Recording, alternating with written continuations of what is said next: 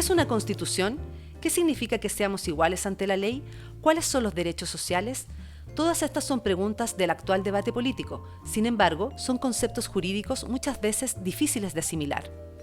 La Vicerrectoría de Extensión y Comunicaciones, el Archivo Central Andrés Bello y la Facultad de Derecho de la Universidad de Chile han organizado en conjunto el ciclo de programas Momento Constituyente, discusiones sobre derechos sociales.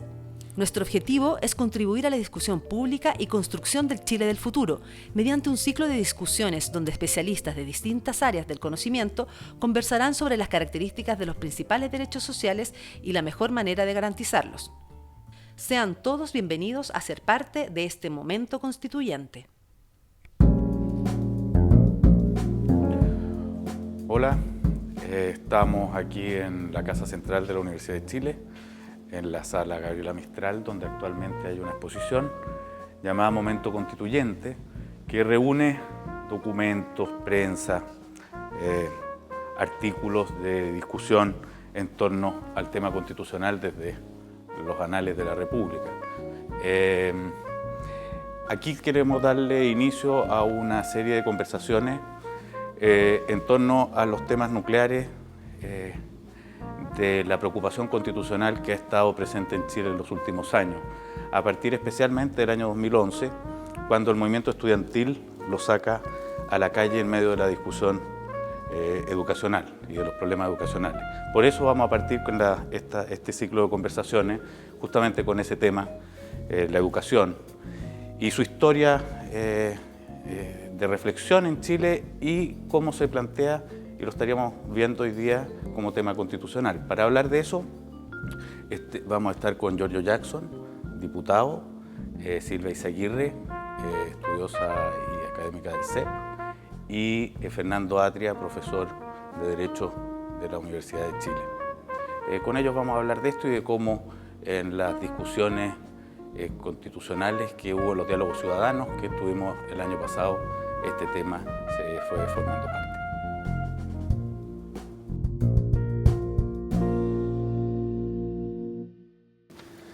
Bueno, a diferencia de otros de los temas que dan vuelta en la discusión política, cultural, hoy día en Chile, el tema de la educación tiene larga data, digamos.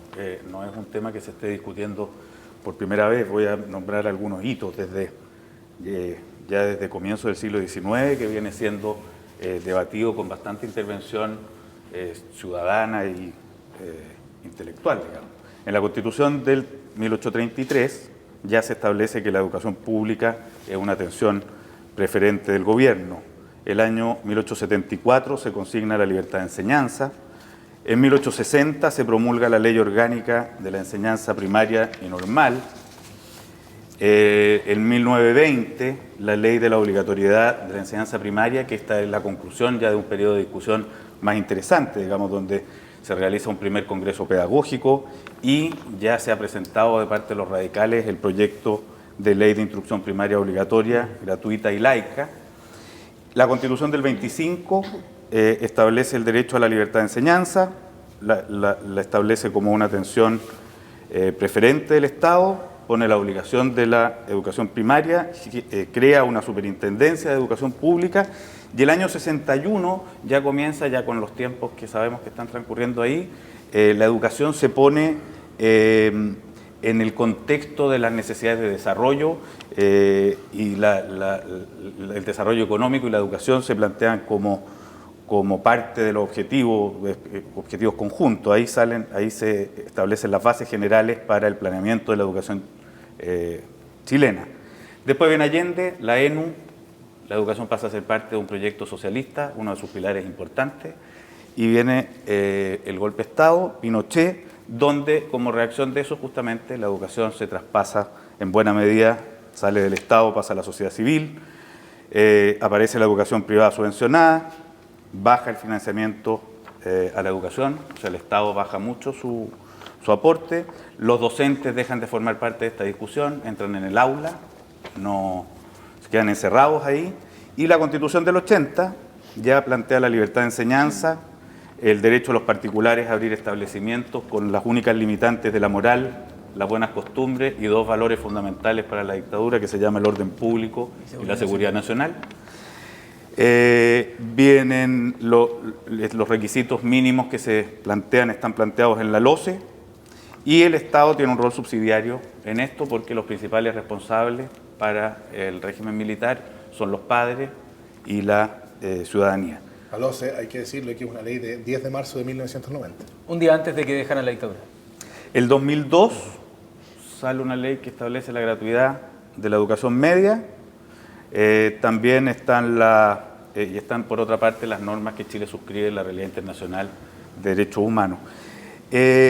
Todos estos temas fueron también discutidos en los encuentros ciudadanos del año pasado, y ahora vamos a abrir estos ciclos de conversaciones en este ciclo llamado Momentos Constituyentes con este tema de la educación. Pero yo, antes de entregarles al tiro la palabra a ustedes para la educación, les quería preguntar si creen que efectivamente hay un momento constituyente, porque estamos aquí arrancando de un principio que puede ser conversado. Fernando.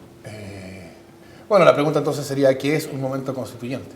¿No? Si uno entiende por un momento constituyente un momento en que se discuten cuestiones que normalmente se dan por supuestas en la práctica política y no se discuten, entonces tendríamos que decir que, yo diría desde 2011 estamos en un momento constituyente. Si uno entiende por un momento constituyente un momento en que es posible tomar una decisión constituyente que se desliga de las formas institucionales anteriores, bueno, ciertamente no estamos en un momento constituyente. Yo tengo cierta distancia respecto a la idea de momento constituyente porque supone que hay algo especial en la legitimidad de una constitución que se juega en el momento inicial, ¿no? Es decir, que una constitución queda marcada por las características del momento inicial. Y eso no es así. Las constituciones se pueden ir desarrollando en el tiempo. Y entonces, más que un momento constituyente, yo preferiría hablar de algo así como una discusión constituyente, más que constitucional, para enfatizar que lo que está en discusión son algunas cuestiones importantes que normalmente no están en la discusión. Y si esta conversación se puede ir desarrollando en el tiempo, ¿por qué habría algunos que quieren una nueva constitución, Giorgio? A ver, yo, compartiendo esta diferenciación en cómo se entiende el momento constituyente, creo que el hecho de que por primera vez, ya más en serio, después de lo que fue el 2005, en aquellos temas que no eran transables por una minoría o por un sector, en este caso conservador, que fue quienes son herederos o incluso quienes en su momento pudieron haber estado en la discusión constitucional del año 80 o previo al año 80, creo que sí tiene carácter de momento y sí tiene importancia ese minuto en el cual uno trata de preguntarse cuál es la forma institucional para poder cortar lazo con algo que fue impuesto, ¿ya? Porque de alguna manera existen estas trabas que muy bien Fernando ha explicado y sociabilizado en sus libros, columnas, etcétera.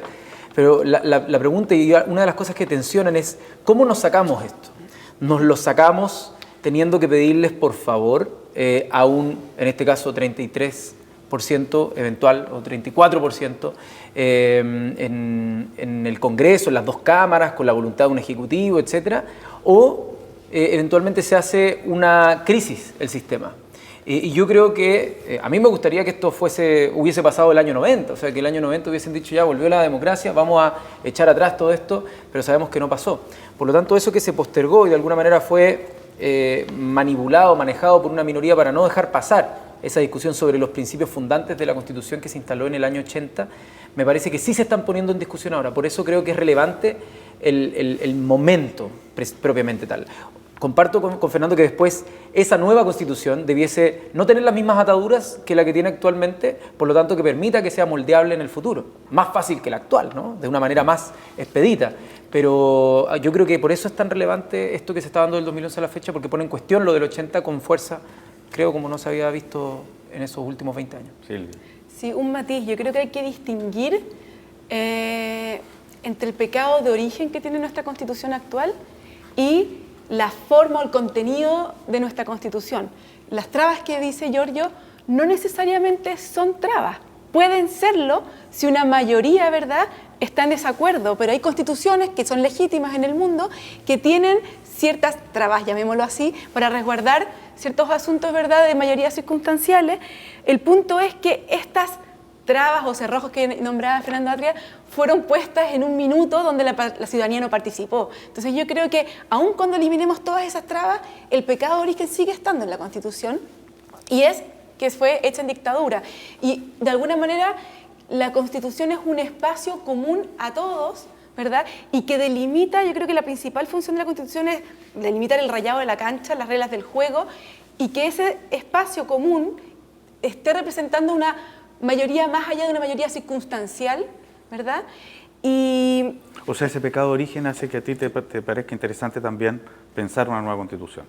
por supuesto que sí, me parece que es interesante pensar en una nueva Constitución, pero creo que se parte de la base de que este punto hay que eliminar y hay que poner estos otros, y esa es la parte que yo creo que no, esa parte es la que hay que ver qué pasa, cómo hacemos esta nueva Constitución que represente una gran mayoría y teniendo siempre cuidado con que el límite que traza la Constitución al final es el límite del juego político. Es decir, ¿qué vamos a dejar a la deliberación política de mayorías circunstanciales y qué vamos a proteger de esas mayorías circunstanciales que creemos que hay una gran mayoría que quiere ¿Cuándo las quiere mayorías resguardar? no son circunstanciales? Cuando las mayorías son muy mayoritarias. Por ejemplo, una cosa es... Pero me refiero Eso a es una gran mayoría circunstancial. Exacto, porque siempre son circunstanciales. A ver, por Es supuesto... parte de la democracia que las mayorías... A no ser de que alguien se eternice con un voto para siempre. No, por supuesto que las grandes mayorías, las amplias mayorías van cambiando en el tiempo. Pero una cosa distinta, ¿verdad? Es decir, queremos resguardar el derecho a la vida, el derecho a la libertad de expresión, ¿verdad? Que creemos que es algo muy fundamental. Y otra cosa Estaríamos hablando es, de derechos fundamentales. Exacto, y que tú crees que hay una amplia mayoría que tú dices, bueno, no porque el 50+1 quiera echar eso para atrás, lo vamos a echar para atrás. Entonces, y simple otra mayoría cosa más que es- circunstancial. Está bien, sí, Permíteme. amplia mayoría en vez de circunstancial, siempre es circunstancial. A mí me gustaría, esto corre el riesgo de que tu punto preliminar respecto del título de la serie se transforme en una gran parte de la conversación, pero yo no quiero dejar pasar la pregunta que tú hiciste, que yo creo que va al fondo del asunto. Sí es verdad que las constituciones, como yo creo, no quedan indeleblemente marcadas por su momento de origen.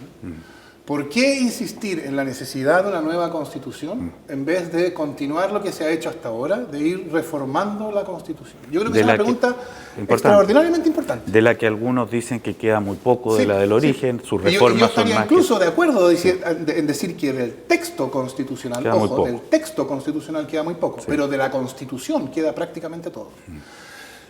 Es decir, por ejemplo, la ley fundamental alemana, Sí. que se pasó en 1940 con el país dividido en 4 y ocupado por fuerzas enemigas, evidentemente se dictó en un momento en que no era particularmente democrático o legítimo el modo en que se decidió. Pero si uno va a decir que hay un problema con la democracia alemana, yo no lo voy a decir, pero si uno dijera eso hoy día, no apuntaría a lo que pasó en 1949. Ahora, entonces la pregunta interesante es, ¿qué característica tiene la Constitución de 1980 que lo que ha pasado tantas veces en Chile y en otras partes, es decir, que una constitución originalmente impuesta termina siendo apropiada por el pueblo? Pasó con la Constitución de 1925 en Chile, pasó con la Constitución alemana, la Constitución japonesa también, es decir, esto es habitual, pero en Chile no ha pasado porque 27 años después seguimos discutiendo sobre la nueva Constitución. Y yo creo que eso apunta a una característica... No sé si seguimos o... Bueno, sigue habiendo empezamos. posiciones. Ya ha habido momentos en que el problema constitucional se declaró resuelto. Se declaró resuelto en 1989, se declaró con resuelto en Lagos. 2005 Sí. con Lagos, y ahora se reabre, ¿no? Entonces, se reabre en el sentido de que seguimos discutiendo. Eso fíjate, quiere decir conseguimos. no, es que está bien. Y entonces la pregunta es, ¿qué tiene la Constitución de 1980? Que eso que pasó con la del 25 o que pasó con la Ley Fundamental Alemana no ha pasado. Y yo creo que la Constitución de 1980 fue decidida como resultado de una victoria militar por un bando que decidió que la política posterior a la dictadura tenía que sujetarse a una serie de amarres que iban a proteger un determinado modelo. Y entonces, todos esos amarres hacen que la práctica política de 27 años sea incapaz de apropiarse de la Constitución. Pero, mira, esa es una tesis además que tú has desarrollado mucho y la entiendo. Pero, a ver, podría uno plantear esto con otra pregunta que nos va a llevar al tema de la educación, yo creo, también bien directamente. ¿Qué pasó el 2006 y el 2011 que ante una discusión educacional apareció emergió por primera vez con verdadera fuerza el asunto de una nueva Constitución. ¿Qué fue lo que se puso en duda? ¿Qué fue lo que colapsó en ese movimiento, primero de los pingüinos y después el movimiento estudiantil del 2011, que hizo que la demanda por un cambio educacional tuviera esta dimensión tan estructural? Giorgio, ¿qué crees tú?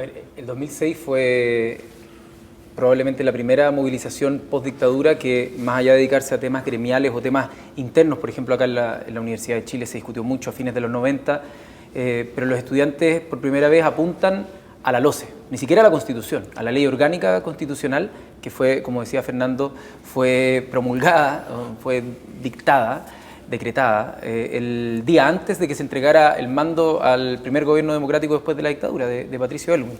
Por lo tanto, ahí se apunta principalmente por el tema de la municipalización, por el tema de que los colegios particulares subvencionados pudieran tener fines de lucro.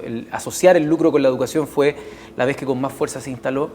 Y yo diría que nosotros, el 2011, tomamos de alguna manera la posta haciendo la pregunta que constitucionalmente igual es bien relevante, que tiene que ver con, ok, está la educación obligatoria, gratuita, y eso es como un consenso mundial, pero ahora existe una nueva capa, la pregunta sobre la educación superior. ¿Qué tiene que decir la Constitución, las leyes, con respecto a la educación superior y en Chile un creciente endeudamiento?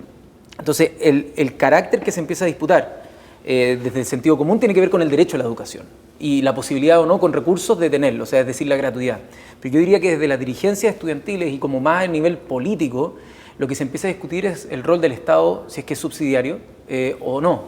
Y yo diría que eso se mantiene hasta el día de hoy. Está en el corazón de la yo diría que eso se mantiene hasta hoy. O sea, si bien no está explícito, no está en el texto. No está en el texto, no dice en ninguna parte. Pero está en el corazón de la Constitución. Está en el corazón. Entonces uno diría, bueno, ¿cómo se refleja eso? Y eso efectivamente es cuando se le entregó comillas, se le empodera a la sociedad civil y el Estado se hace un poco menos responsable. Eso de alguna manera está entre líneas en distintas partes de la Constitución. Y no diría que sea una demanda popular el estar citando el artículo 19, el 10 y el 11, ¿no? El numeral 10 y el 11. Eso no es algo que esté todas las personas en la micro que vayan discutiendo con la persona al lado. Oye, ¿qué te parece el numeral 10 del artículo 19? Eso no pasa. Pero sí pasa, por ejemplo, que una escuela se cierra porque baja el número de alumnos, una escuela pública, porque baja el número de alumnos por ABC razón, por mala planificación urbana, lo que sea, y lo que pasa es que el Estado no tiene el deber, como incluso lo dice la Constitución, de financiar esa escuela, sino que a través de voucher, a través del sistema voucher. Y eso ni siquiera está en la Constitución, pero se desprende de la igualdad de trato que tiene que generar hacia los privados, el que la única forma de hacerlo, igualitariamente, tendría que ser a través de un cheque único. Entonces uno se pregunta, ¿dónde está el rol de la educación pública en nuestra Constitución? No aparece. Aparece como si es que fuera todo un mercado. Entonces yo creo que ahí empieza a darse un debate de fondo que en la Comisión de Constitución está día a día. Y una pequeña diferencia, yo no creo acá que se trate, y lo insisto, a mí me encantaría que las constituciones fueran a través de un órgano legítimo, a través de una asamblea constituyente, por ejemplo, que fuese lo más representativo, pero ahí estoy de acuerdo con Fernando, que se trata de que quienes impusieron esta visión ideológica en el texto constitucional lo dejaron amarrado de una forma que no pudiera ser resuelto. Es como si yo impusiera la Constitución y dijera, mira, para esto, para modificarla, con las mayorías del Parlamento, se necesita un 99% de aprobación. Lo que quiero es que haya unanimidad en el país para cambiarla. Todos dirían que es una trampa, que es obvio que no se puede. La pregunta es ¿cuándo es o no una trampa? Es arbitrario que sea el 66,6%. Es arbitrario que para las leyes orgánicas constitucionales sea 4/7. Es el arbitrio de una persona que calculó cómo preservar este modelo a través de una constitución que él decidió, lo que nos produce a muchas personas la sensación de injusticia, de no poder autodeterminarnos. Y yo creo que ahí está el meollo de una discusión sobre la materia. ¿Qué te pasa a ti, Silvia, con un poco la misma pregunta, 2006, 2009, pero Giorgio yo creo que también ya hizo pasar esto al tema que detona ahí, junto con todo esto constitucional que va a estar apareciendo todo el rato, que es entre el rol del Estado y lo privado en la educación, que es cuál es el lugar, digamos, de la educación en lo público, cómo se aborda. ¿Te importa la subsidiariedad? ¿Te parece que estallaron ahí temas que venían bien que estallaran y que fueran cuestionados? ¿O más bien te dan ganas de defender algunas cosas que la tradición en la que estábamos inmersos sostenía? A ver, para responder la pregunta creo que hay que hacer pequeñas distinciones que son súper importantes. Hay cosas que tienen que ver con la Constitución y hay otros aspectos de nuestro sistema que no tienen que ver con la Constitución y no tienen que ver necesariamente con la Constitución de 1980, el lucro en educación 1920 con subsidio del Estado, ¿verdad? El financiamiento compartido, si bien se introdujo en la dictadura, el financiamiento compartido, lo que papás ponían, era lo que el Estado retiraba de la subvención, por lo tanto no existía financiamiento compartido y eso se pone, ¿verdad?, durante la concertación Ahora fíjate que los diálogos ciudadanos del año pasado, uno de los temas que más aparecieron fue la educación, fue de los primerísimos, digamos. Y la preocupación, digamos, con esto de la educación está dando vuelta en la ciudadanía, eso lo digo para... Entonces el lucro y el copago no son temas de la dictadura. Ahora, ¿qué sí se introduce en la dictadura? Un sistema de financiamiento nuevo que lo que hace posible, o que incentiva, digamos, es que privados puedan entrar a competir, ¿verdad?, al sector público. Eso sí se hace en la dictadura, pero el lucro, eso no, en 1920 ya existía, ¿verdad?, con recursos del Estado. Entonces creo que es importante, y ojo, muchas de estas leyes no requieren quórum supramayoritario, pueden ser, digamos, cambiadas y modificadas con mayorías simples en el Congreso. Entonces creo que es importante ver qué es responsable de la Constitución y qué cosas no son responsables de la Constitución, sino que ha sido, digamos, una política de la concertación o de nuestros últimos gobiernos en los últimos 20, 25 años. ¿De qué? Eso por una parte. Pero déjame Sí. para terminar el punto. Eso por una parte, o sea, distinguir bien qué es responsable de la Constitución y qué no. Y Queda planteado, digamos. ¿Ya? Y claramente la Constitución tiene quórum supramayoritario en leyes orgánicas que yo creo que restringen la democracia. La democracia entendida, digamos, como la parte de los ciudadanos que permite la política deliberar y cambiar. Y en ese sentido creo que el tema de la subsidiariedad del Estado, el tema del equilibrio, cuánto educación pública, cuánto educación privada, a mí personalmente me gusta dejárselo a la gente, que la gente decida, y no que esté en la Constitución previamente. Ahora, ¿eso qué significa? Y en ese sentido soy una posición más liberal, para que efectivamente ese equilibrio pueda darse y se lo podamos dar a las personas. El Estado sí tiene que asegurar, ¿verdad?, educación de calidad en su educación pública y estándares de calidad en la otra educación que subsidia el Estado. ¿En qué importa la Constitución para este tema que estamos discutiendo? Pero espérame, que yo quiero volver a lo del 2006 y el 2011. Sí. Porque yo creo que hay una diferencia fundamental e innegable entre el movimiento del 2006 y el movimiento del 2011. A diferencia del movimiento del 2006, el movimiento del 2011 tenía la experiencia de lo que había ocurrido con el movimiento del 2006. ¿Y qué es lo que había ocurrido? El movimiento del 2006 fue neutralizado en el sentido preciso en que los dispositivos constitucionales neutralizan. Es cosa de recordar, ¿no? El movimiento del 2006 llevó a la derogación de la LOSE y su reemplazo por la Ley General de Educación. Hecho que se celebró en un acto de promulgación que pasó a formar parte de la iconografía. Sí. En el momento en que esa foto fue tomada, en que aparecen todos con las manos en alto, algún funcionario del ministerio se le cayó una lágrima, los estudiantes estaban atrás. Donde, a ver, recordemos cuál era la gran promesa de cambio que acontecía de la LOSE a la LG. O sea, lo que se pretendía, y era lo que tenía el proyecto original de la LG, era desmunicipalización, era prohibición de fines de lucro y de la selección. ¿Qué pasó con esa foto? Esa foto fue resignificada en el 2011. Lo que, cuando se tomó esa foto, en el 2010, significaba la clase política... 2007. A fines del 2007. Creo que se promulgó en 2008. ¿La ley, la LOSE? La LG. Yo creo que es, No, 2009. bueno, La por ley ahí. 2009. Por ahí. Da lo mismo, ya. Está entre el Pero 2006 y el antes del- 2011. no, sí, lo que- ninguna lo que duda. importa- El 2006 parte Lo de que eso. importa es que antes del 2011. Sí, sí. Porque cuando se tomó la foto significaba un ejemplo de virtud política. La clase política, los distintos puso de acuerdo. sectores, deponiendo sus diferencias particulares y uniéndose, tomándose las manos por el bien de los niños de Chile. Después del 2011, esa foto pasó a representar la neutralización. ¿Por qué? Porque el 2011 irrumpe con mucha más fuerza política. Esta es una cuestión de cantidad, no solo de calidad. Y ya Con estamos, mucho ya más estamos fuerza con política. Piñera en el gobierno, ¿no? Bueno, por cierto, pero eso explica por qué fue mucha más la fuerza política con que irrumpió. Con una magnitud mucho más grande, irrumpe una demanda que impugna derechamente uno de esos aspectos centrales del modelo que está constitucionalizado. Ojo, está constitucionalizado no en el texto constitucional. En el texto constitucional no hay ninguna referencia al principio de subsidiariedad. El legislador podría crear todas las empresas estatales que quisiera por un calificado.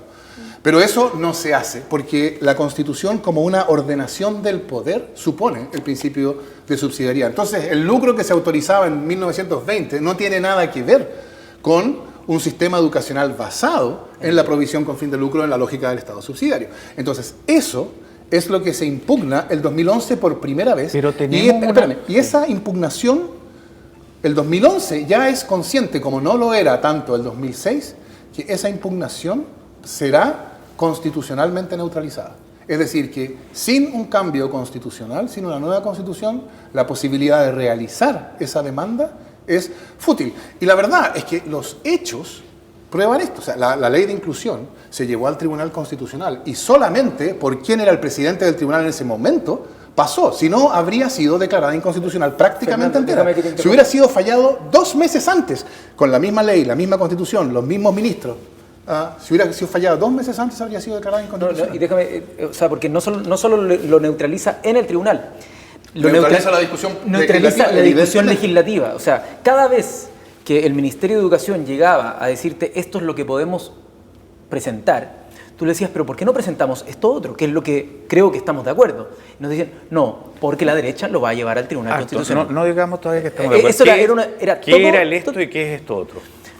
Podría haber sido porque mayor. De la misma manera ejemplo, me dan ganas de preguntar para quedar en claro por qué el Estado hoy día es subsidiario en educación. Por ejemplo, que el Estado pudiera financiar de una manera distinta a la educación pública que a la educación particular subvencionada. En la misma línea de lo que dice Silvia, es decir, imaginémonos que el Estado dice, ok, los padres pueden elegir, independiente de todas las suposiciones de la racionalidad sobre la elección, que está muy en discusión, sobre todo con el Premio Nobel de Economía actualmente, toda esta idea de que los seres humanos eligen racionalmente, que eso yo creo que la política debe tomarse bien en serio, esa afirmación, que es una gran, no sé si mentira, pero una gran falacia al menos.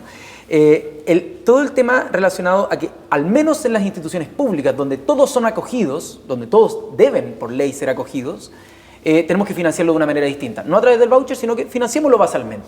Eso el gobierno nunca estuvo disponible a hacerlo, precisamente por temor a una discusión sobre la inconstitucionalidad, porque eso dirían, no, pero están discriminando a los hijos de los que eligen estar en la educación particular subvencionada, porque si sacamos un promedio per cápita, le están pasando menos plata a los que están en los colegios particulares subvencionados. Lo que per cápita podría llegar a pasar, más o menos plata que en otro lugar, pero el tema se trata de la suficiencia de recursos en los establecimientos educacionales, ¿ya? Y eso fue imposible de dar esa discusión por el texto constitucional. Hay temas que tienen una traba constitucional para ser debatidos y las leyes orgánicas hoy día tienen quórum supramayoritarios que yo considero que restringen el debate político y las decisiones de la ciudadanía. Eso no lo voy a rebatir. Pero hay muchos otros aspectos que no tienen esos quórum supramayoritarios y no se hicieron. El copago es uno de ellos. Y el copago, escúchame, pero las trabas no son solamente el quórum. Mira la reforma laboral. Es el Tribunal Constitucional. Está bien, pero déjame terminar y seguir mi idea, porque acá hay 2 personas que representan un cierto sentir y yo soy la que está en el otro lado. Pero yo te cuido, no te preocupes. Entonces, ¿qué pasa? Yo creo que, a ver, el financiamiento compartido no tuvo que ver el Tribunal Constitucional, no tuvo que ver, ¿verdad?, los quórums supramayoritarios. Déjame terminar.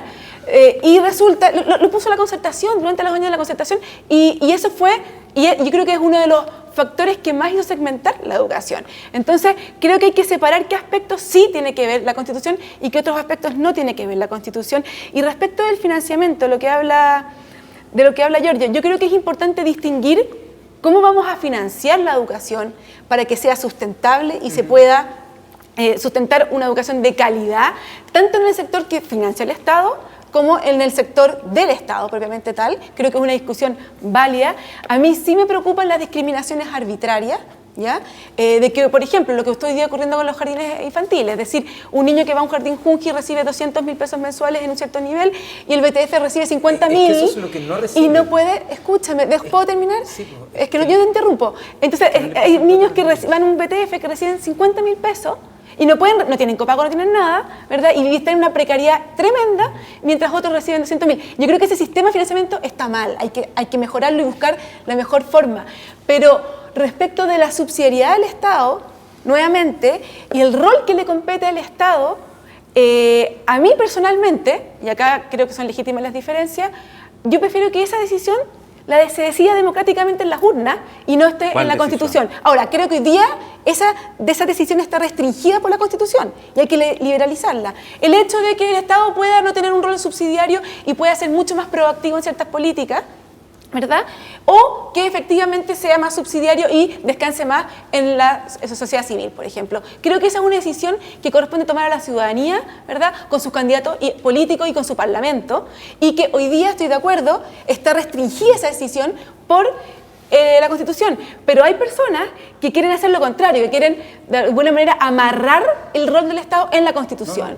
Y no digo que seas tú, pero digo que de eso también ha surgido en el debate y creo que eso deberíamos dárselo a la ciudadanía para que decida. Hay un punto ahí que es bien medular, además, que tiene que ver con esto de un poco la pugna que se produce entre el derecho a la educación y la libertad de enseñanza, o que ha sido poco ahondada y que está detrás, yo creo, de todo lo que tú estás diciendo, que es qué entendemos y hasta dónde el Estado se hace cargo de eso que se llama derecho a la educación y qué entendemos por ese derecho a la educación, porque hasta aquí se ha visto siempre como por financiamiento, por sus lados materiales, ¿no? Pero hay aquí un ámbito filosófico que valdría la pena inmiscuir en la conversación, y que es la libertad de enseñanza. ¿Implica que cada cual enseña lo que se le da en gana en el instituto que abra o en el establecimiento educacional que abra? ¿O la educación tiene un rol político, cultural, que va más allá? De hecho, la discusión de calidad, que podremos tenerla más rato, yo siempre me pregunto de qué se habla cuando se habla de calidad y no he visto nunca que se resuelva del todo. Pero, ¿cómo ven este aparente conflicto o bien conflicto profundo, no sé cómo lo verán ustedes, entre libertad de enseñanza y derecho a la educación? ¿Cuál es el rol del Estado efectivamente en la enseñanza en un país? Yo creo que esa es una de las cosas que se discute en términos distintos después del 2011 que antes. En la lógica subsidiaria neoliberal, digamos, que hasta el 2011 era estándar, Silvia ha recordado que el financiamiento compartido era visto hasta el 2011 como parte de la solución, no del problema. La libertad de enseñanza se entiende como, de un modo que yo diría que es contradictorio con el derecho a la educación, porque se entiende como libertad de mercado. Es decir, que lo importante de la libertad de enseñanza es que las condiciones de la educación sean condiciones para el desarrollo del mercado. Claro. Ahora, la libertad del establecimiento de seleccionar, de cobrar todo lo que pueda cobrar, etcétera, que es lo que los agentes de mercado están en principio autorizados para hacer, ¿no? Ellos pueden, por ejemplo, definir su nicho de mercado, dirigir su oferta a un nicho determinado, cobrar, poner otras condiciones, en principio, claro, salvo discriminación obvia, no te dejo entrar a este sauna porque tú eres coreana, para hacer referencia a uno de los primeros casos en que esto se planteó, salvo esas discriminaciones obvias en el mercado, en principio los agentes pueden poner las condiciones que deseen. Y yo creo que la libertad de enseñanza se entendía de ese modo. Ahora, yo creo que ese modo de entender la libertad de enseñanza no tiene nada que ver con la razón por la cual la libertad de enseñanza fue importante en la historia chilena. Porque los que lucharon por la libertad de enseñanza en realidad no estaban luchando. Sí, a Abdón Cifuentes no le interesaba, lo habría encontrado además completamente, para decirlo en términos que están de moda después del último debate radial, ordinario, supongo yo. Abdón Cifuentes habría considerado ordinario que el sistema educacional fuera un sistema de mercado. Lo que a él le interesaba era que hubiera la posibilidad de proyectos educativos diferenciados de los proyectos estatales. Particularmente para Abdón Cifuentes, católicos. Pero claro, hoy día no tenemos por qué asumir esa lectura tan extraordinariamente estrecha. Podemos decir simplemente diferenciados del Estado, que satisfagan las condiciones del currículum, pero que se puedan diferenciar por una razón de diversidad, de pluralidad, de libertad de elecciones, etc. Y yo creo que la cuestión más interesante es el modo en que la discusión que llevó a lo que yo creo que es la ley más importante que se ha dictado en los últimos 30 años, la ley de inclusión, implicó. Porque lo que está en la ley de inclusión, en el núcleo de la ley de inclusión, es precisamente, pongámoslo de este modo que puede ser un poco provocativo, proteger la libertad de enseñanza en el sentido de permitir la existencia de proyectos educativos diferenciados del Estado, pero sin que eso, poniéndole solo como condición que respeten el derecho a la educación. Es decir, que sean proyectos que están abiertos incondicionalmente a todos y que no ponen condiciones adicionales como, por ejemplo, cobrar copago. Esa es la lógica. ¿Qué te pasa con de la ley de inclusión? A ver, yo creo que acá hay que distinguir y tratar de definir más finamente qué es mercado. De partida, yo no creo que haya una contraposición entre libertad de enseñanza y derecho a la educación, como creo que tampoco lo concibe Fernando. Creo que son totalmente compatibles. El derecho a la educación, cómo se entiendan, ¿no? Dependiendo cómo se entienda la libertad. Exacto. Exacto, pero en principio uno podría decir no necesariamente son incompatibles. Derecho a la educación es condición de posibilidad de una democracia. Pero ¿qué te pasa con la libertad de enseñanza en el sentido, no sé si llama el 1 o 2? Esto es lo que quiero aclarar con la palabra mercantil y mercado, que creo que se está entendiendo de una forma súper estrecha. Mercado en su esencia es libertad de oferta y libertad de demanda. No implica precio, ¿ya? No implica precio. Implica que tú tienes libertad de oferta por una parte, libertad de distintos proyectos educativos, y por otra parte tú tienes la posibilidad de elegir. Cuando tú no tienes libertad de elección, en muchos países no hay. Pero espérame, ¿qué quiere decir? ¿Cómo no? Libertad de oferta, quiero una aclaración. ¿Qué quiere decir libertad de oferta? ¿Que puedes poner las condiciones que quieras al ofrecer? No, estoy diciendo simplemente que tú puedes ofrecer distintos proyectos educativos. Después voy a ir... En distintas condiciones. No. O sea, las condiciones que tú elijas. No. Estoy antes que eso, mucho antes que eso. ¿Ya? Pero entonces la libertad de oferta no incluye las condiciones en que se ofrece. No necesariamente. Libertad de oferta en principio es, en educación, distintos proyectos educativos, católico, evangélico, judío, Waldorf, lo que tú quieras, ¿verdad? Y por otra parte, libertad pero de elección. Un libre mercadista le costaría entender efectivamente un poco lo que tú estás diciendo, porque ¿cómo hay libertad de oferta si tú no puedes ofertar lo que quieres? Si no tienes libertad de condiciones de oferta. Puedo terminar sin precio, ¿verdad? O sea, ¿a qué se opone esto?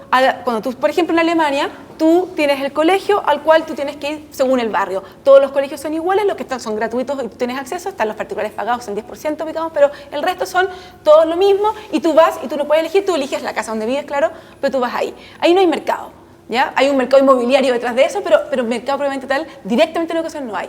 ¿Mercado qué significa mercado en su esencia? Mercado significa libertad de oferta y libertad de demanda. ¿Ya? Libertad de oferta, por supuesto, que puede tener restricciones o puede no tenerlas tanto, ¿ya? Pero eso es. Ahora, eso puede existir y existe en Holanda, en Bélgica, donde no hay copago, donde no hay lucro, por ejemplo, y existe mercado porque hay oferta y hay demanda, ¿ya? Y que se puede cruzar. Ahora, ¿qué pasaba en Chile? En Chile hay mercado de educación, ¿ya? Pero además, ¿cuáles son las reglas de ese mercado? Y eso yo creo que es lo que Fernando está criticando, cuáles son las reglas que regulan ese mercado. En Chile no solamente hay libertad de oferta y libertad de demanda, sino que además, ¿verdad?, esa oferta podía tener fines de lucro y esa oferta además podía, aunque recibiera subsidios del Estado, pagar un precio. O seleccionar. Entonces, lo que yo creo que hay que distinguir acá es, uno, ¿queremos o no queremos mercado entendido de una forma amplia, en su esencia, que es libertad de oferta y libertad de demanda? Y luego, si estamos de acuerdo en eso, ¿cuáles son las reglas de este juego para que ese espacio, ¿verdad?, que está protegido por el Estado y que lo financia el Estado, sea tal que sea público? Y ahí es cuando yo creo que puede haber un mercado que sea público y que tiene que cumplir con ciertas normas, que lo que hace es que sea un espacio inclusivo, donde no se excluya a nadie y que esté abierto a todos.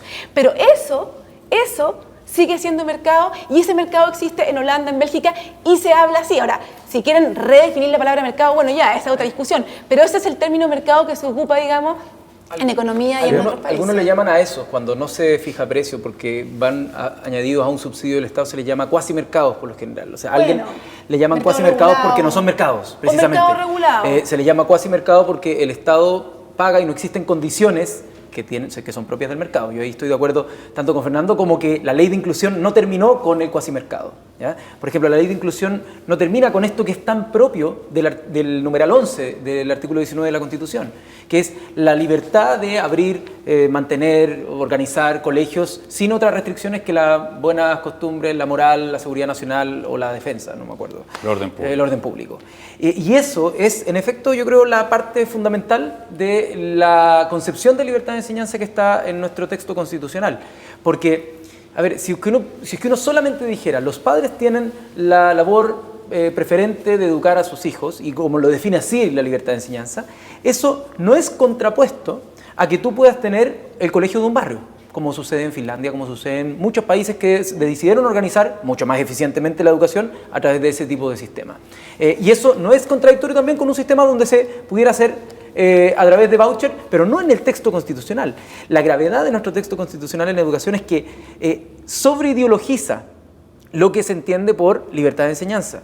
Libertad de enseñanza también, cuando uno dice que es de los padres, es porque los padres obviamente tienen la misión, el deber y también el derecho a transmitirle culturalmente cuáles son sus principios y sus valores a sus hijos. Eso no está necesariamente dado por el establecimiento al que recurren. Entonces, yo al menos creo que si hay una traba gigantesca en nuestra Constitución para poder avanzar hacia una concepción distinta, democráticamente discutible en el Parlamento, para poder tener un sistema distinto. Y por eso, al tener un 66% de quórum, 67 más bien, de quórum para poder aprobar una norma como esa, cosa que es prácticamente imposible, es que yo digo, es prácticamente fútil, es más o menos inútil tener un debate mientras tengamos una Constitución que nos exige 2/3 para poder recién dar esa discusión. Ha sido neutralizado, ha sido neutralizada esa discusión. Tenemos que hacer un break. A lo mejor cerrar esta parte. Bueno, a ver, ciérralo, Sí, porque yo después quiero partir el otro. Con otro tema. No, y con la pregunta es si efectivamente son los padres los que tienen derecho Bueno, preferente. eso, de déjame educar decir a algo los que a lo hijos, mejor pero puede servir de... Eso para después. Porque yo creo, primero, que claro, uno puede hacer como Humpty Dumpty y que las palabras signifiquen lo que yo quiero que signifiquen. Pero si no tenemos sistema de precios, decir que es mercado es una manera inusual de hablar de las palabras, ¿no? Entonces podríamos hablar de mercado en sentido de Izaguirre. Y mercado en sentido de Izaguirre... Economía pura. O sea, economía pura, bueno, oferta y demanda. Por eso estoy aclarando los términos. Mercado, Mercado es oferta y demanda que se encuentran en función de precios. Precios que pueden ser expresados en dinero o en alguna otro equivalente que hace la función de equilibrar oferta y demanda. Entonces, lo que produce... O sea, la idea de libertad de enseñanza, y yo creo que aquí hay una cuestión bien interesante, porque la idea de libertad de enseñanza que estaba detrás de la crítica a la ley de inclusión, quienes decían que la ley de inclusión atentaba contra la libertad de los padres de elegir, usaban también la palabra libertad en un sentido extraordinariamente estrambótico, porque yo diría, ¿en qué sentido el hecho de que los establecimientos no cobren ni puedan seleccionar disminuye la libertad? Eso lo único que hace es aumenta la libertad. Todos tienen la misma libertad. Y yo creo que una de las cosas interesantes que ha pasado es que a pesar de todo lo que se dijo durante la tramitación y discusión de la ley de inclusión, a pesar de todos los reclamos que hubo, a pesar de que se peleó hasta el último momento en el Tribunal Constitucional y a pesar de que fue aprobado la ley de inclusión en el Tribunal Constitucional 5-5, hoy día eso ya no se discute. Es decir, hoy día la candidatura de la derecha, de la oposición, dice, mira, nosotros vamos a restablecer la selección, pero solo para el 30%. O sea, en el fondo están concediendo que para el 70% no tener selección es bueno. Vamos a restablecer el copago, pero un copago voluntario, que no es lo que había antes de la ley de inclusión. Está bien, yo estaría en contra de un copago voluntario, pero eso es una discusión completamente distinta. Bueno. Ahora, la cuestión que decía yo... Pero tenemos que parar, la cuestión porque nuestros avisadores nos están esperando. Pero quiero terminar una cosa. Hay miles de avisadores esperando por de lo que no se puede tocar constitucionalmente, eso es lo que queda después de la ley de inclusión. Y esa es una cuestión que... Yo propondría un test constitucional. Mire, tengamos una constitución que sea tal que no declare inconstitucionalmente ningún sistema educacional que exista en un sistema democrático razonable. Entonces, por ejemplo, que sea compatible con la educación pública francesa, que sea compatible con la educación pública norteamericana. Totalmente. Y si tuviéramos eso, tendríamos una constitución totalmente distinta a lo que tenemos. Yo estoy totalmente de acuerdo con Fernando en este punto y quiero solamente decir algo. Creo que se ha demonizado la palabra mercado, se la ha mal usado y creo que el debate al final tiene que ver con cómo entendemos lo público. Yo creo que ahí está el tema. Bueno, hablemos de eso a continuación.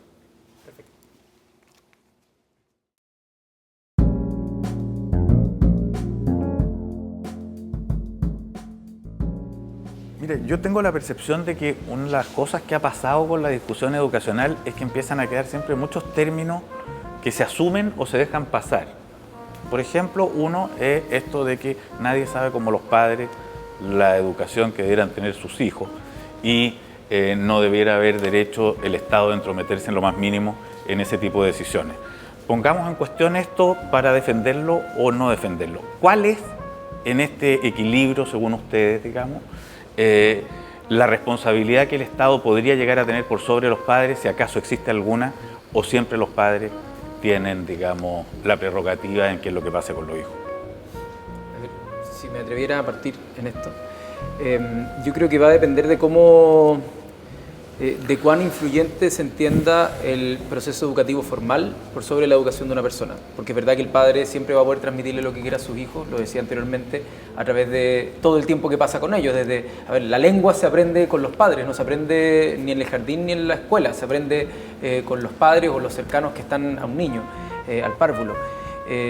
Y posteriormente el Estado perfectamente puede, por razones incluso de eficiencia organizacional, definir que la educación es la que te toca en la esquina de tu casa, pero para que no se incurra en una desigualdad o en un atentado contra ese derecho, que es el de la educación, tiene que asegurarse que van a ser las mismas condiciones que las que tendría otro niño en Lo otro digo lado. porque Y eso ponte tú, en esto- Chile es difícil. Lo digo porque, por Mira. ejemplo, para meter una cosa que vuelve esto no solo una conversación etérea, esto tiene como contraparte directa la selección, por ejemplo. O sea, Pero ni si siquiera no, la selección. si no se puede seleccionar, La segregación.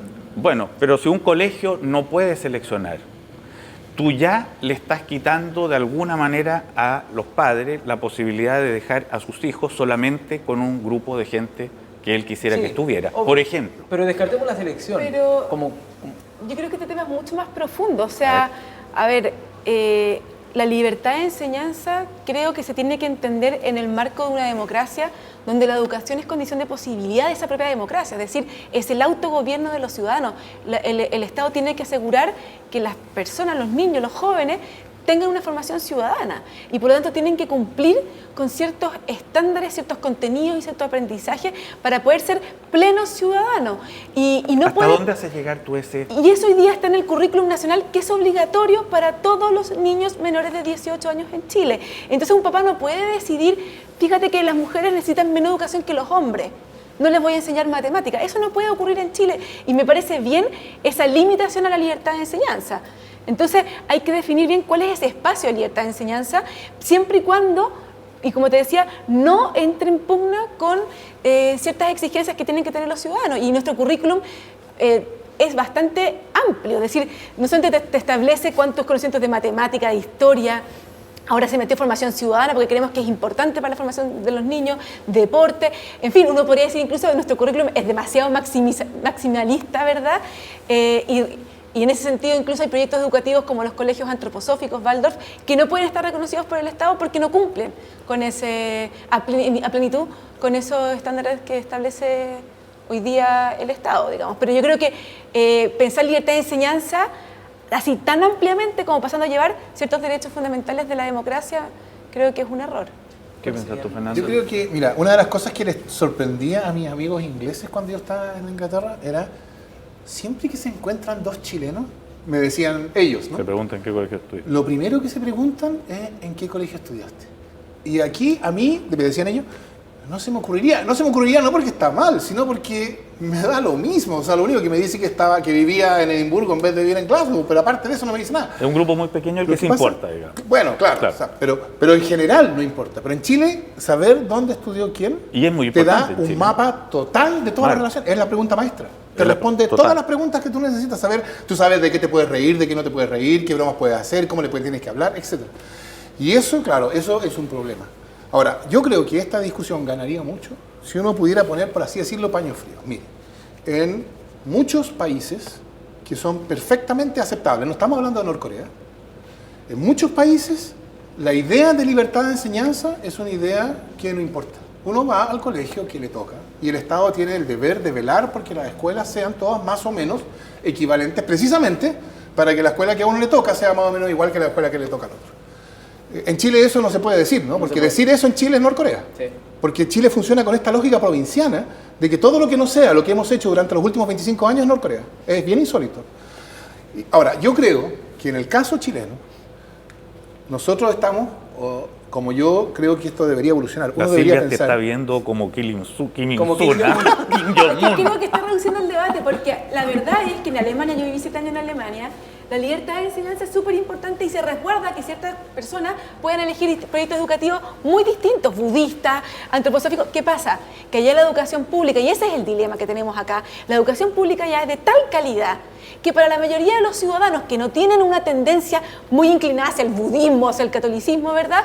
No les importa en qué colegio van y el 90% se educa eso me en refiero. colegios públicos. El que va, drama en el Chile... 90%, pero Es el drama- irrelevante la libertad de enseñanza, para eso va. Se hace relevante. Es El relevante. 90% Es irrelevante. elige no ejercerla y simplemente ir al que le toca. Porque Está tiene bien. una excelente Está bien. oferta. Bueno, El problema acá ese- en Chile está es, bien. yo creo que si tuviéramos una excelente calidad de educación pública, ¿verdad? No sería norcoreano decir esto, pero el problema es que acá la libertad de enseñanza no tiene que ver solamente con resguardar el particular sancionado, tiene que ver con algo más profundo que también está en Francia, que también está en Alemania, que tiene que ver con ciertos proyectos educativos que son distintos, puedan tener cabida. Ahora, Yo creo el que punto es por no qué se más discute personas... así, porque, y ese es el punto que hacías tú, yo me tomo en serio la gente que decía que la ley de inclusión limitaba la libertad de los padres de elegir.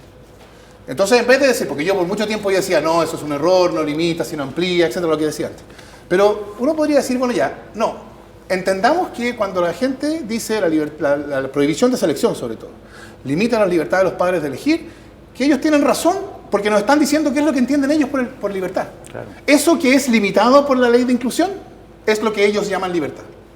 ¿Y qué es lo que es limitado por la educación? No es por la ley de inclusión.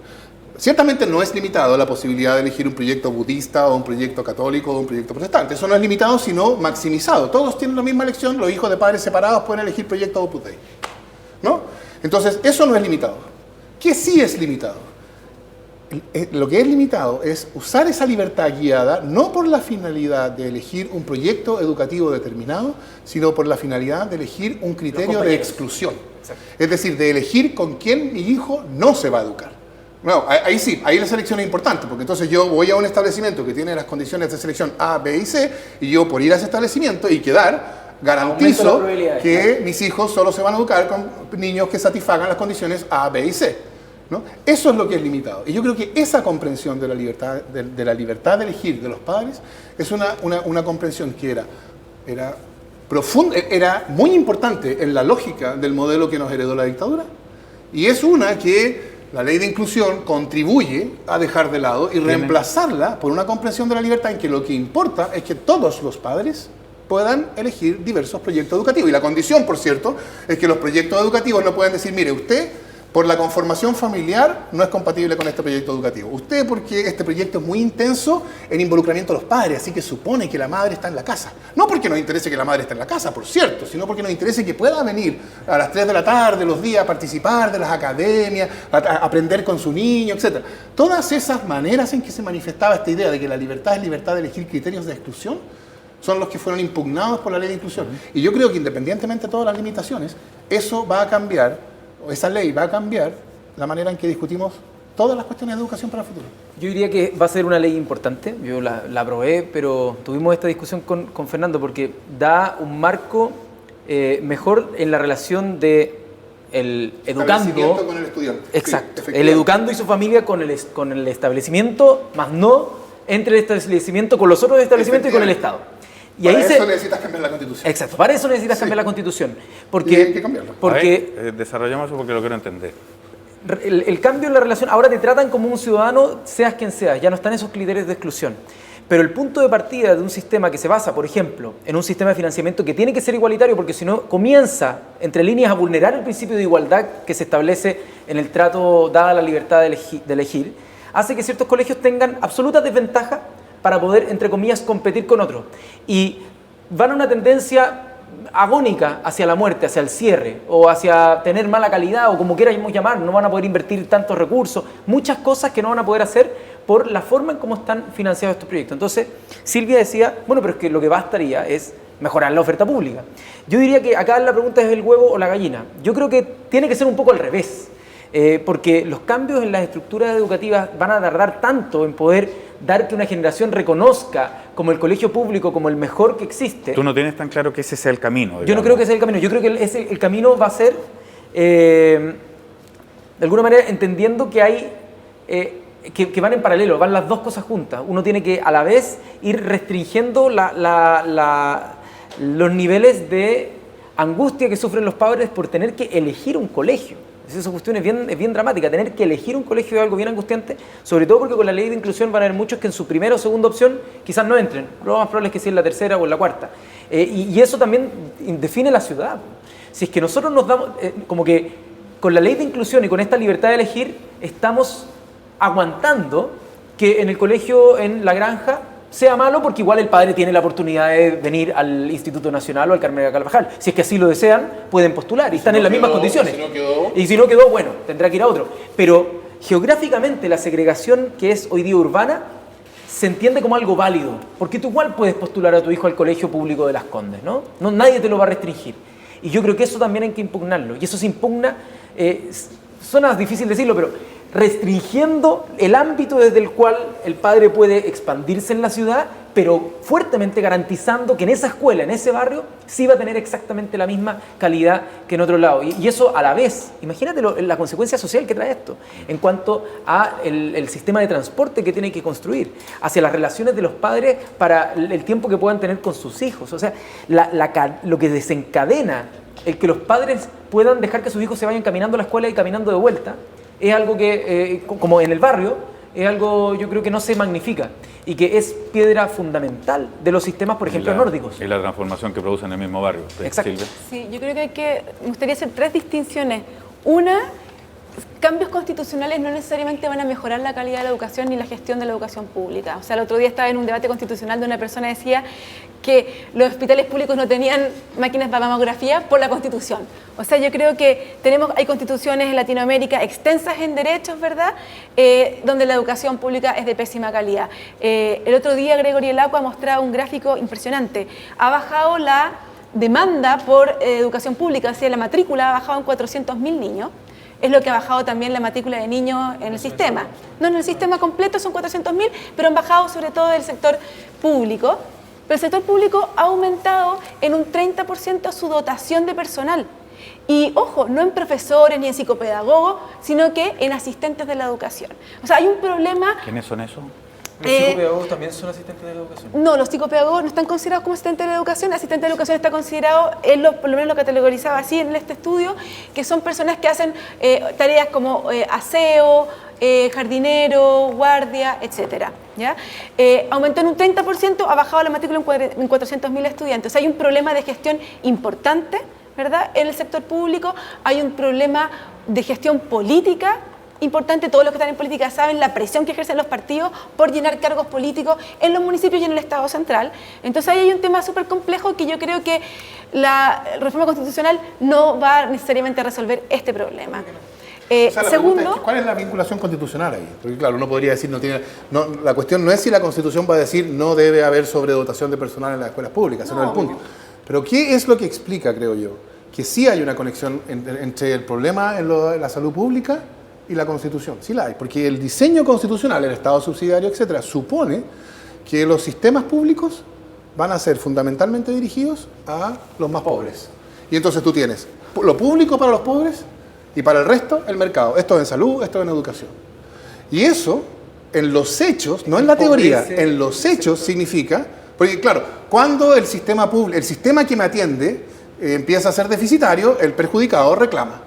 Cuando el que reclama es de los más ricos, puede pagar entonces, y no solo puede pagar, su reclamo es escuchado. Cuando el que reclama es de los más pobres, su reclamo no es escuchado. Entonces tú tienes un sistema que se dirige específicamente a quienes no tienen voz para reclamar. Entonces lo que va a pasar en el tiempo es que ese sistema va a ir desarrollando patologías con las cuales va a ser muy difícil encontrar el capital político necesario para enfrentarse a los intereses corporativos que aparecen ahí. Entonces yo creo que sí hay una conexión. Yo creo que hay que matizar nuevamente. Cuando uno observa la evolución de cómo la matrícula del Estado, de los colegios estatales o de los municipios, municipios del Estado, ¿verdad?, han ido transitando hacia los particulares subvencionados. Esto comienza prácticamente uno empieza a ver como el año 85, empieza a caer, pero cuando cae dramática... Empieza a caer la pública. La pública, ¿verdad? Pero lentamente. Pero cuando es dramática la caída, ¿verdad? Es cuando se instaura el copago, ¿ya? Ahí realmente hay un trasvasije importante y una tremenda, digamos, trasvasije del particular subvencionado hasta el público. Por lo tanto, y eso es algo que no está en la Constitución. Entonces, acá hay un tema de diseño también que ha fomentado eso. Y ojo, el sector particular subvencionado últimamente, en los últimos 10, 15 años, ha aumentado muchísimo en los sectores más vulnerables. El 40% de los niños más vulnerables de Chile se estudia hoy día en el sector particular subvencionado. Pero otro punto que quería hacer, entonces, el tema de la calidad, de asegurar una gestión y una educación de calidad pública, para que realmente sea una alternativa atractiva para los papás, no creo que pasa solamente por una reforma constitucional, ni mucho menos, y no es solamente un tema de cuántos recursos el Estado le pasa a la educación pública mucho más recursos de lo que recauda el sector patrocinado por parte de los financiamientos compartidos. O sea, le pasa $700 millones además, ¿verdad? Entonces, tiene que haber también un tema de gestión política que es súper difícil de resolver y hay que tener ojo. No o sea, la nueva Constitución no va a resolver todos los problemas que tenemos hoy día en Chile. No, eso está claro. Bueno, es que el problema tampoco es la causa, es la Constitución. Pero ¿sabes lo que yo estaba pensando mientras lo escuchaba? Que yo creo que también hay de fondo en esta cuestión, más allá de sus representaciones puntuales, y si es que hay un momento constituyente, lo vamos a ir viendo en los distintos temas, es que respecto del pasado, de décadas atrás, el valor de lo colectivo está muy deflacionado respecto del individuo.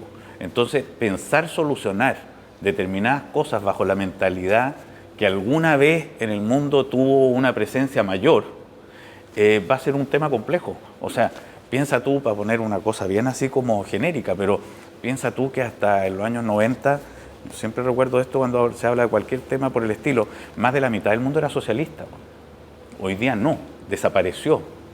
Entonces nos estamos entendiendo el reto que viene por pensar también es cómo se generan condiciones de mayor justicia y igualdad y distribución del poder en el mundo capitalista incontestable. Pero ojo, porque puedo decir una cosa, o sea, tú dices antes la mitad del mundo es socialista. Está bien, hoy día en Europa hay gobiernos de supuestamente derecha, pero tú vas a Alemania con la democracia cristiana y, o sea, si eso no es socialismo, no sé, o sea, es un estado de bienestar donde hay matices de diferencias con los socialistas, pero un estado de bienestar que pienso lo que hiciera Chile, digamos. Claro, o sea, dice que en Chile tenemos socialdemocracia o economía social de mercado. Yo digo, están completamente locos. Sí, que lo mismo que te iba a decir, que un inglés, cuando se le explicita y se le trae a Chile para contarle cómo funciona el seguro de salud, no sé, o un finlandés que se le viene a mostrar cómo funciona el sistema de educación.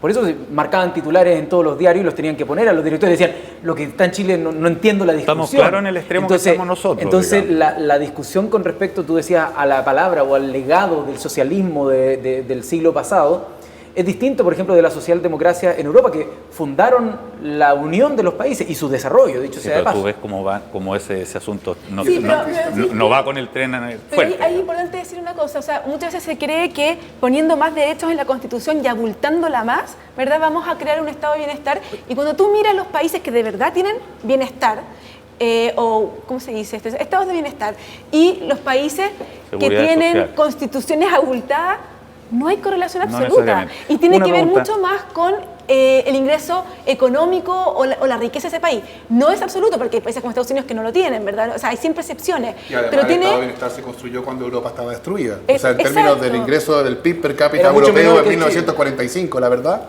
Está bien, pero Chile en ese sentido, o sea, creo que o sea, muchas veces nos comparamos con Austria, con Suiza y, o sea, las diferencias son... Una pregunta que me piden quienes nos hospedan, las multitudes que están en estos minutos presenciando y tomando nota. Claro. Como estamos en la Universidad de Chile, hay un tema que tiene que ver con cómo ven ustedes la postura que tiene que asumir el Estado respecto del financiamiento de sus universidades y sus instituciones o las otras. ¿Tiene que estar abocada la preocupación del Estado a sus instituciones prioritariamente más que a otras? ¿Cómo resolverían ustedes este baile? Porque se está viendo que la plata de momento no está alcanzando para todo. Sí, acá yo la verdad es que simplemente copio algunas de las cosas que Fernando escribe en los últimos capítulos del libro Derechos Sociales y Educación, donde habla precisamente de gobernanza y del derecho a la educación en particular en su versión de educación superior. Y aquí no sé si es que esto debiese ser materia constitucional. Quizás sí el garantizar una oferta en materia autónoma, realmente autónoma, en materia de educación superior, yo creo que sí podría ser algo constitucional. Si uno quisiera abultar la Constitución en un derecho que hoy día no está consagrado, uno podría decirlo. Pero yo creo que algo que a mí al menos me ha interesado más en el debate con respecto a la ley de universidades estatales, que espero que mañana no me voten esa indicación, y que podría ser materia, por ejemplo, de algo constitucional, que tiene que ver con el derecho a la información. Tiene que ver con cómo las universidades, más allá, desde mi opinión, de ser autónomamente gobernadas, sin la influencia de los gobiernos de turno, tengan que dedicar su trabajo a lo que colegiadamente y en la motivación de cada uno de los investigadores así lo defina, pero cuyo resultado de esa investigación, tiene que ser un bien público. Hoy día no lo es. Hoy día el resultado es un bien que en general... O sea, si una universidad privada X hace un estudio cuyo resultado Estamos sea un hablando de bien las estatales, público... al menos. Ya. Yo iría No, más porque- lejos, yo diría las financiadas públicamente, ¿ya? Pero diría que al menos las universidades estatales deberían inscribir en su misión que, por ejemplo, si es que mañana encuentran la cura de, no sé, algún cáncer, como la Universidad de Chile, de hecho, hace avances constantemente. Tiene la universidad pública, que es financiada, el trabajo de los investigadores e investigadoras, financiado con impuestos de todos los chilenos, ¿ya? Desde el que paga el pan con el 19% hasta el más rico. Tiene la universidad El la problema es que en buena parte la Universidad de Chile se financia cobrando aranceles. Bueno, pero tiene la universidad el derecho, si es que fuese gratuita, pongámosla así, si fuese gratuita, el derecho de patentar esto y ponerle un precio monopólico a la misma población que pagó los impuestos para financiar esa operación. Que lo tendría que pagar 2 veces. Lo tendría que pagar 2 veces y más, quizás, dependiendo de la elasticidad de la demanda. Yo diría, no puede, no puede. Porque ese trabajo lo planificó, es parte de la función pública de una universidad, el que ese conocimiento, cuando sea requerido, sea un bien público. Y ahí, al menos mi pelea ha estado en estos últimos meses en hacer que esta ley de universidades estatales tenga considerada la información, las patentes, el desarrollo de las investigaciones como un bien público y no como algo apropiable por las editoriales o por la misma universidad en la precariedad del autofinanciamiento como medida desesperada de obtener recursos. A ver, en ese punto, 4 cosas. Creo que hay que separar el financiamiento a los estudiantes del financiamiento a las instituciones. Yo creo que el financiamiento a los estudiantes debiese ser que les permita elegir la institución que él quiere estudiar, ¿ya? Y en ese sentido tenga la libertad de decidir, todas las instituciones acreditadas, por supuesto, pero libertad de elección. El estudiante y No es la contradictorio, institución, digamos, no... No. Pero uno podría financiar la institución Eso quiero decir. completa y el estudiante podría elegir y no tiene por qué ser un voucher. No. O sea, eso pasa. No, y por eso, No va vinculado. por eso quería separar como 1, estudiantes, libertad de elección. 2, creo que el Estado tiene una tremenda responsabilidad en financiar los bienes públicos que generan las universidades. Y en ese sentido, en la medida en que las universidades generen bienes públicos, a mí no me importa si son estatales o si son privadas. Creo que esos bienes públicos, y usufructamos todos los chilenos de esos bienes, ¿verdad?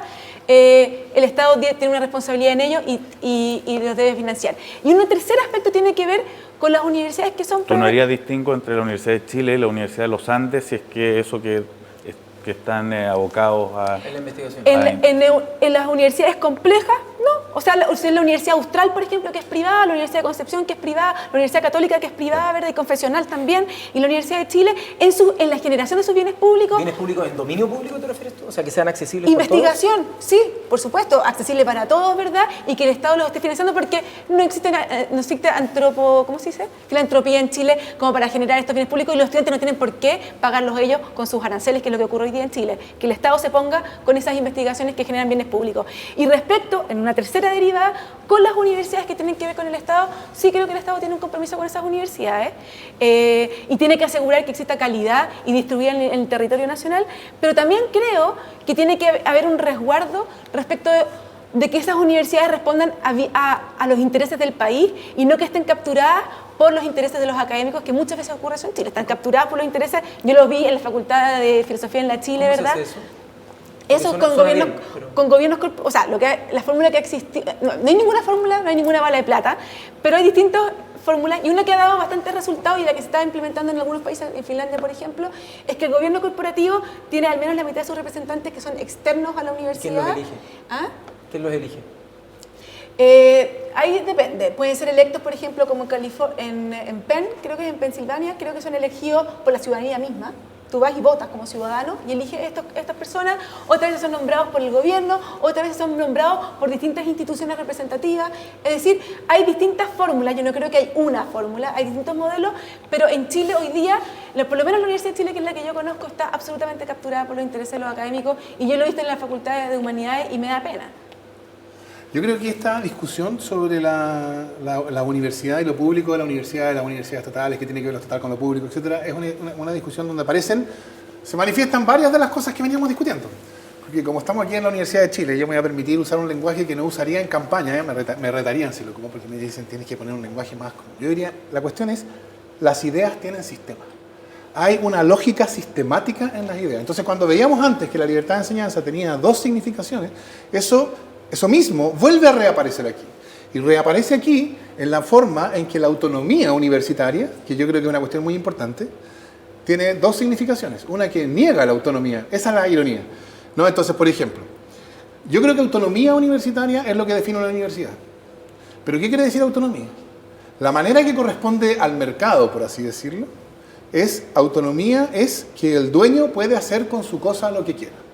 Entonces, si la universidad pertenece a una iglesia y el arzobispo de esa iglesia decidió que ese teólogo estaba enseñando cuestiones heterodoxas, bueno, es parte del ejercicio de la autonomía de esa universidad, o del controlador, o el dueño, que decida que ese teólogo no enseñe más. Lo conocemos en el tema del aborto. Pero, claro, o el aborto, o si hay un investigador que está haciendo investigaciones en medicina reproductiva que no corresponden de acuerdo al arzobispo de turno. Pura ficción, digamos. Estoy elucubrando, especulando. Pasado concretamente. No, pero lo interesante es que en esta comprensión en que la autonomía es autonomía del controlador para decidir con libertad del gobierno, estas decisiones son ejercicio válido de la autonomía. Porque después de todo es lo que un dueño puede hacer con su cosa. Yo creo que la autonomía universitaria que realmente importa no es esa. La autonomía universitaria supone una determinada idea de concebir la comunidad de estudiantes e investigadores en que consiste una universidad. Y eso significa que esa comunidad no está al servicio de ninguna agenda particular. Y eso es autonomía universitaria. Entonces, en un caso es autonomía, pero no de la universidad, en realidad es sujeción de la universidad al controlador, es propiedad. Y es autonomía del propietario o controlador, y en este caso es autonomía propiamente universitaria. ¿Cuáles son las universidades que son autónomas en este segundo sentido? Yo diría, en Chile, las únicas que pueden siquiera pretender serlo son las universidades estatales.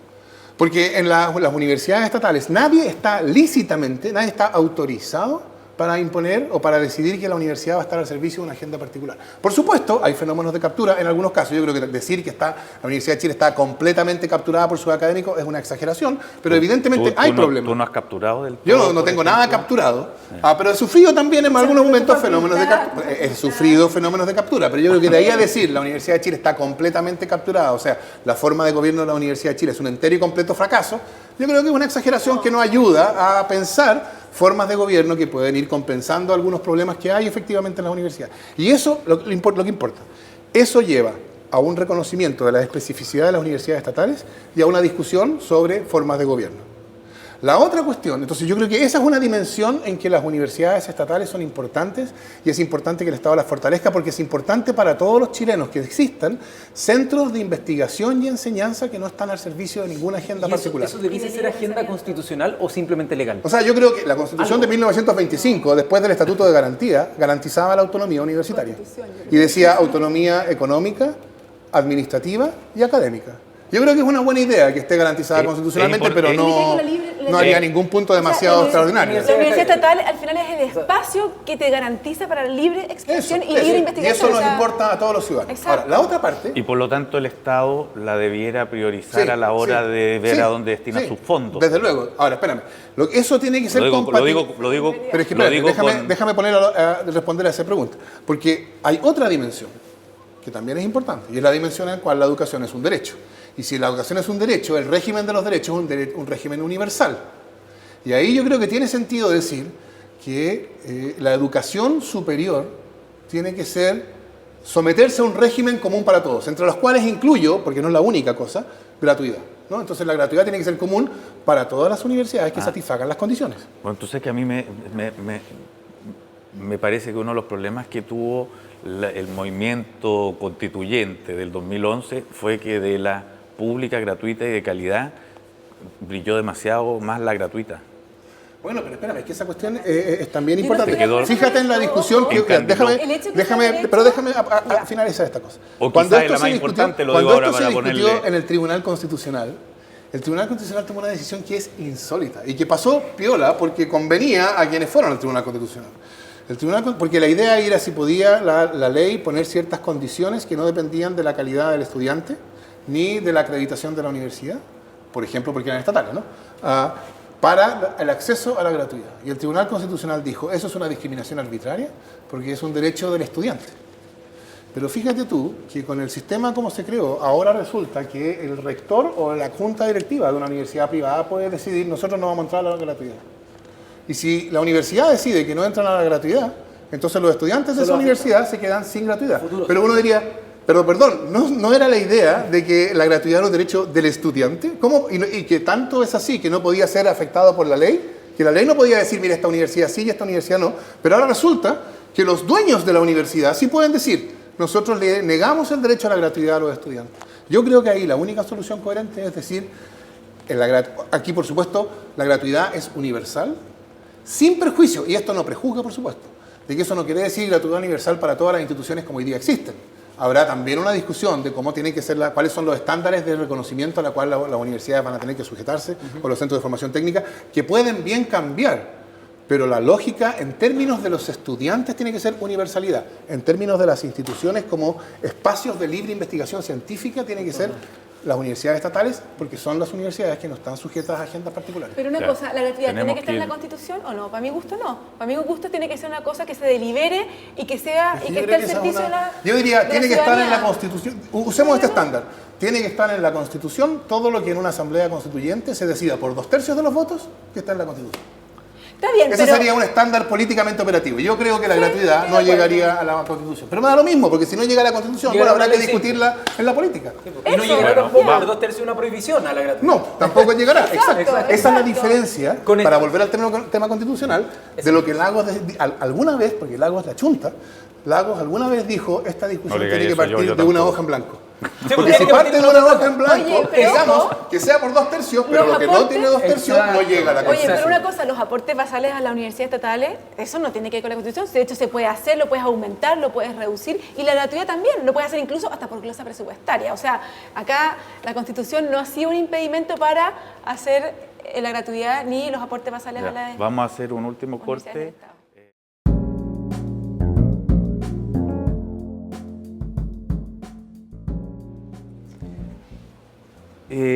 Para cerrar, quería hacerles como una última pregunta donde uno de ustedes se desplegará, digamos, con cierta libertad, y es que, ¿cómo ven a futuro o cómo a ustedes les gustaría que fuera el sistema educativo chileno?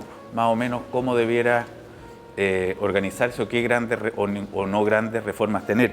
Y voy a aprovechar de meter algunos ejes, porque yo creo que son los que están más o menos dando vuelta en esta discusión. Algunos los hemos tratado. Derecho a la educación versus libertad de enseñanza, Estado y mercado, la calidad de la educación, que se habla así, pero muy pocas veces también se dice cómo se cuaja, qué es esa calidad de la educación, selección de alumnos, cómo se financia, cuáles debieran ser las responsabilidades del Estado en la educación. Al comienzo hablábamos de que esto ha pasado también por un largo eje en el que se entiende de distintas maneras, el gobierno universitario, en fin, no digo que los tomen todos, pero son ejes como para pensar más o menos por dónde van estos tiros.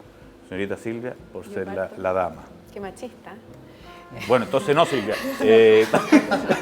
Tomo la posta. A ver, difícil pregunta, pero voy a tratar de responder. Pensando en el modelo actual y en las circunstancias actuales, a mí me gustaría que pusiéramos el énfasis en la educación parvularia. Creo que ha estado totalmente fuera de la mira en los últimos tiempos. Se ha hablado mucho, se ha hecho re poco, creo yo, y los datos así lo muestran. Que me gustaría, primero que nada, me gustaría que la Constitución fuera lo más minimalista posible, un espacio de encuentro, un espacio común, y que la gran mayoría de las decisiones en estas materias la dejáramos para las urnas y decisión política. Dicho eso, ¿cómo me gustaría a mí que fueran esas decisiones políticas?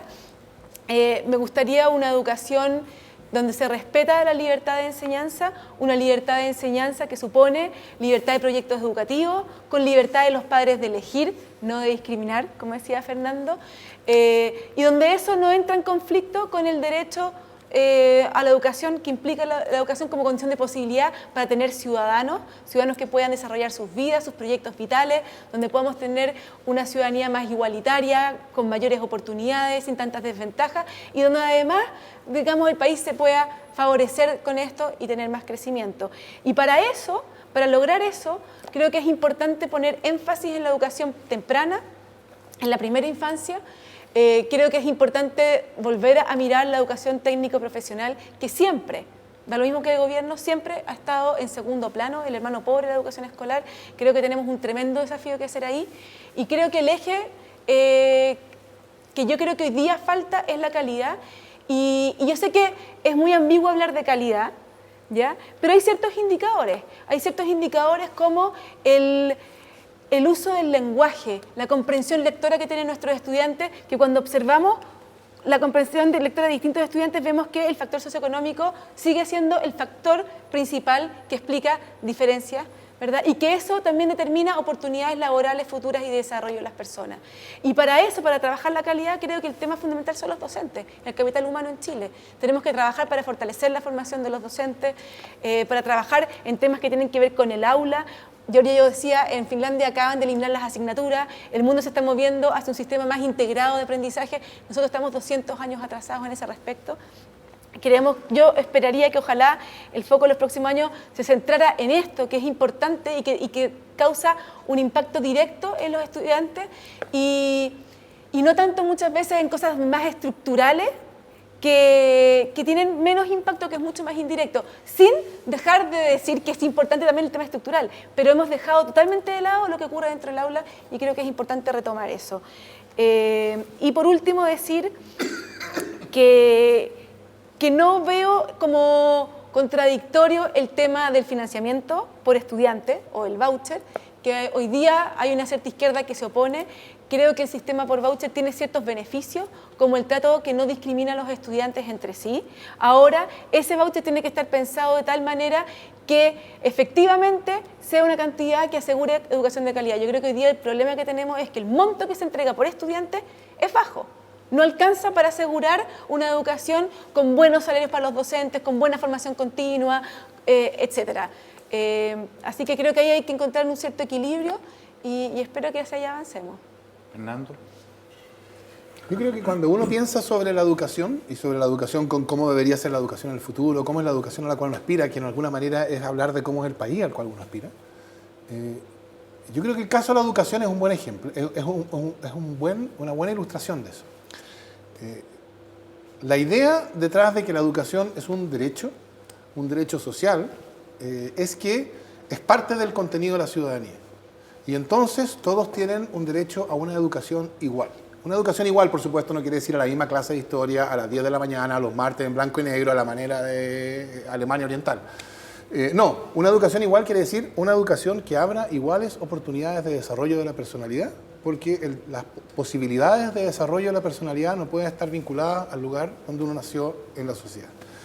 Esa es la idea. Ahora, cuando los países democráticos que reconocen la educación como un derecho se enfrentaron a este problema, la manera que ellos encontraron para hacer de la educación un derecho fue educación pública, ¿no? Y básicamente esto explica los grandes sistemas de educación pública o estatal en varios países europeos.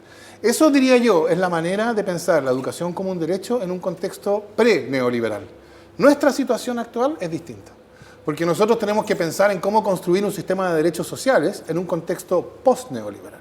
Yo creo, como ya lo he insistido y por las razones que lo he insistido, que ese, por así decirlo, ese camino de salida de un modelo neoliberal que llevó a un sistema educacional injusto y segregado, en que las oportunidades de desarrollo de la personalidad están groseramente mal distribuidas, ese camino de salida se inició. Yo creo que la ley de inclusión fue un paso, no es el paso final, ni siquiera soluciona gran parte del problema, pero sí es la primera vez en 27 años que se marca un quiebre con lo que venía antes.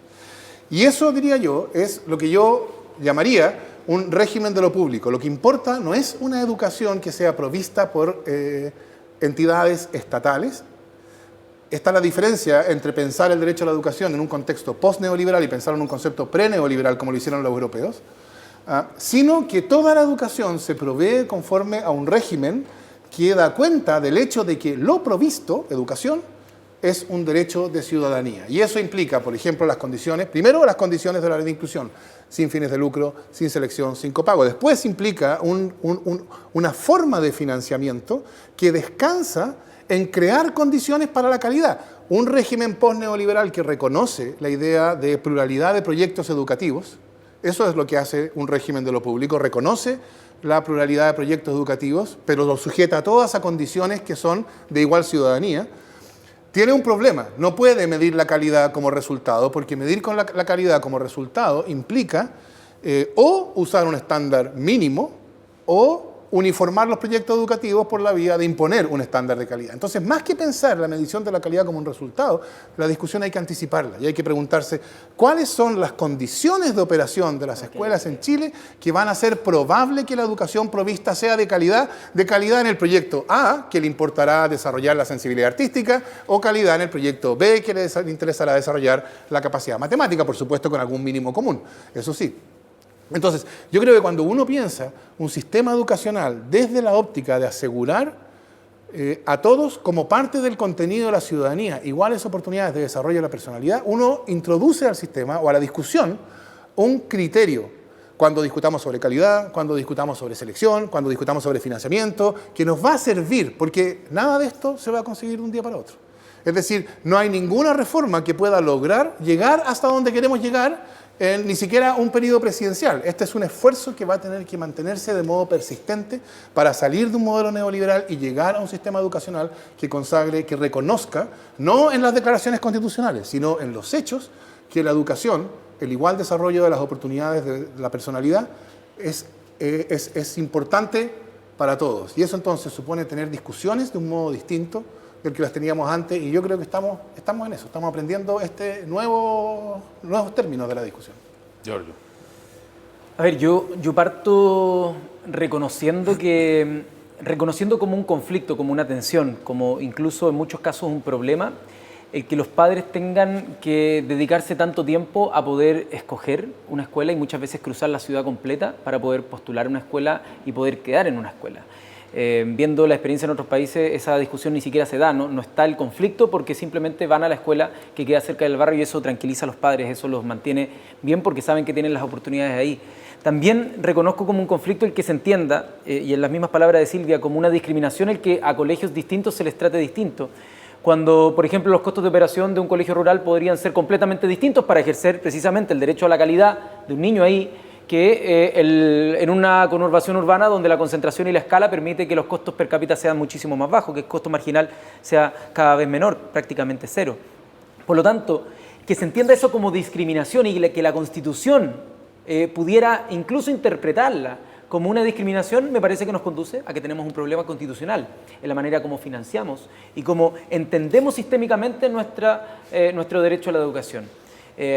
Yendo más lejos y avanzando en esta mezcla entre lo que es la educación y ya directamente el mundo productivo, que es la educación superior, yo creo que debemos pensar, sobre todo en el siglo XXI en el que estamos, donde quizás acá se nos pedía mirar a 40 años, yo no sé si da para pensar en 40 años más, porque a las velocidades a las que está avanzando la ciencia, la tecnología, la innovación, la robótica, la inteligencia artificial, puede ser de que muchas de las cosas que hoy día se enseñan en la universidad sean automatizadas en el futuro.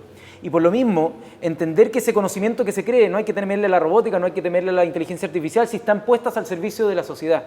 Y por lo mismo, pensar el conocimiento que se va creando en las universidades, en los centros de pensamiento, como un bien público y como conocimiento abierto, a mí me motiva a también incluir eso en una discusión constitucional. Pero sobre todo, por todas estas razones, a mí hay algo que me molesta con mayor profundidad, es que todas estas cosas no se puedan discutir porque un grupo de señores en los años 80 decidieron cómo tenía que ser el sistema según sus anteojeras ideológicas y pusieran un quórum que sea imposible de alcanzar para poder discutirla. A mí me gustaría una hoja en blanco, que podamos decir cómo deberíamos tener en la Constitución el derecho a la educación garantizado y que nos pongamos de acuerdo y que no haya problema en debatir las distintas posturas y que gane por un quórum alto, con el que sea, o no sé qué sea, pero uno razonable, cuál es la definición del derecho a la educación y cómo el Estado debería resguardarlo. Pero quedar sujeto, yo, al haber, estando hoy día para mis hijos que podrían nacer, no sé, mi sobrino nació hace un par de días, que él que nació casi 40 años, más de 35 años después de que a unos señores se les ocurrió definir una cuestión como esta, imponerla en la sociedad, a mí me parece que no es justo, que no es sensato, no es razonable, sobre todo a las velocidades. Ninguno de esos señores probablemente sabía cómo se operaba un algoritmo de computación. Entonces, por lo mismo, yo creo que es necesario que tengamos estos debates. Yo agradezco el espacio porque me imagino una educación totalmente distinta, enfocada al bien común y no necesariamente a esta satisfacción o noción que se nos trata de inducir de una meritocracia que va validando las formas de segregación social que existen en nuestro país, que toda la culpa de las desgracias es de cada individuo y que no tenemos corresponsabilidad los unos con los otros. Los tiempos que se vienen son mucho más tormentosos en desigualdad precisamente por el avance tecnológico. Y ese avance tecnológico, si es que no logramos unirnos y conversar y coordinar cómo ese avance tecnológico puede aportar a la sociedad, vamos a probablemente enfrentarnos a peores distopías tecnológicas que las que nos ofrece la serie Black Mirror. Así que yo al menos espero que esto se pueda acelerar y que podamos tener un momento constituyente que derive en textos constitucionales más razonables que el que tenemos. Silvia, Fernando, Giorgio, gracias. Hasta la otra.